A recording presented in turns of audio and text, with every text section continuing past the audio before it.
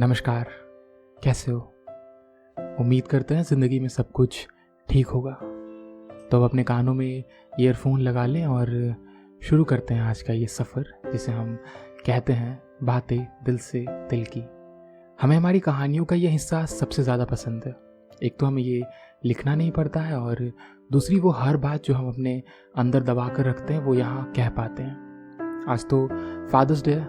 वैसे तो ये बस एक तारीख है। अब पिता का कोई दिन थोड़े होता है जो हमारे लिए अपना पूरा जीवन लुटा देता है। उनके लिए हम एक दिन देकर उनके प्यार का मोल कहाँ चुका सकते हैं। अच्छा, जब मदर्स डे होता है तो माँ को बधाई दे देते हैं, वो मुस्कुराकर जवाब भी दे देती है। पर पापा के साथ ऐसा नहीं होता है, पता नहीं क्यों। और हमारे साथ तो बिल्कुल नहीं होता है।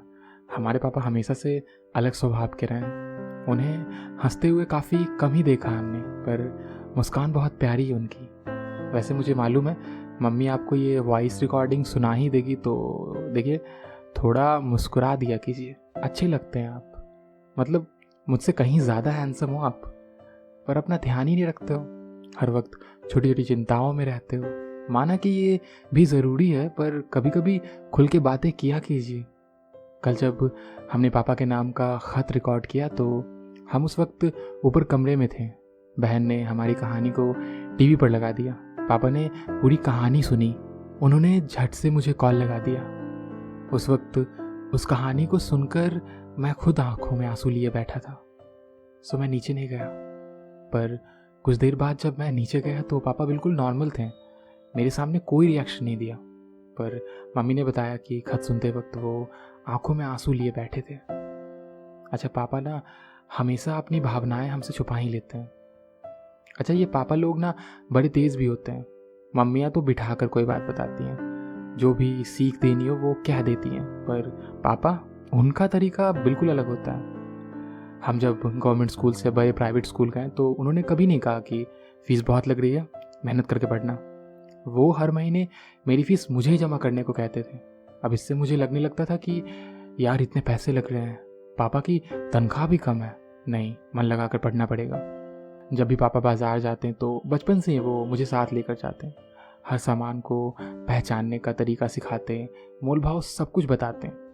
अब ऐसे तो मैं जाता नहीं तो कुछ खिलाने के लालच से ही ले जाते। धीरे धीरे मुझे अकेला बाज़ार भेजना शुरू किया उन्होंने। कई बार मैं 5 की चीज़ 8 में लेकर आया, पर पापा ने कभी डांटा नहीं, बस इतना ही कहा कि पैसे खर्च हो गए, कोई बात नहीं, तुम्हारा सीखना ज़रूरी है। एक बात वो बचपन से ही मुझे कहते हैं, और आज तक वो ये बात मुझे याद दिलाते रहते हैं कि ज़िंदगी में कभी भी अपने से ऊपर के लोगों को देखकर खुद को कम मत समझना, या कभी खुद को तौलना मत।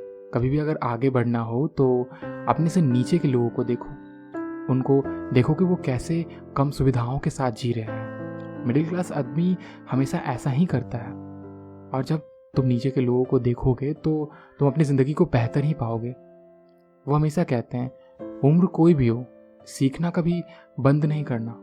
अगर कभी लाख रुपए खर्च करके भी कोई बात सीखनी हो तो उससे पीछे मत हटना। छोटी उम्र से ही पापा ने जिम्मेवारियां सिखाई हैं। कभी बैंक के फॉर्म फिल करवा देना, कभी कुछ पैसे निकालने भेजना, कभी पैसे लाने भेजना। हर छोटी छोटी चीज़ें उन्होंने बताई हैं। हमेशा बचत करना सिखाया।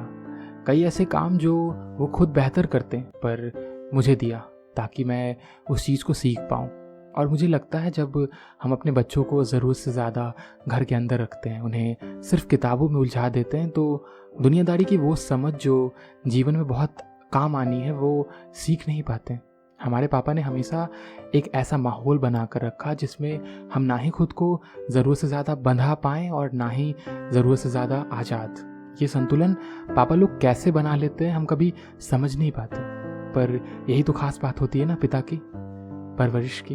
वो बिना कुछ कहे बहुत कुछ सिखा देते हैं। नई उम्र के बच्चे नई सोच के साथ आगे बढ़ रहे हैं, पर अपने पिता, अपने दादाजी, इन लोगों की सोच को साथ लेकर चलना भी ज़रूरी है, क्योंकि भटकते कदम को बस अच्छी परवरिश और अच्छे संस्कार ही रोक सकते हैं। तो ये थी मेरी आज की बातें दिल से दिल की, जो हमें लगा कि आज के रोज़ आपसे करना ज़रूरी है। क्योंकि ये परवरिश की कहानी सिर्फ हमारी नहीं है, कई लोगों की है जिनमें सीखने को बहुत कुछ है। तो आगे सुनते रहे मेरी कहानियाँ और मोहब्बत बनाए रखें। शुक्रिया।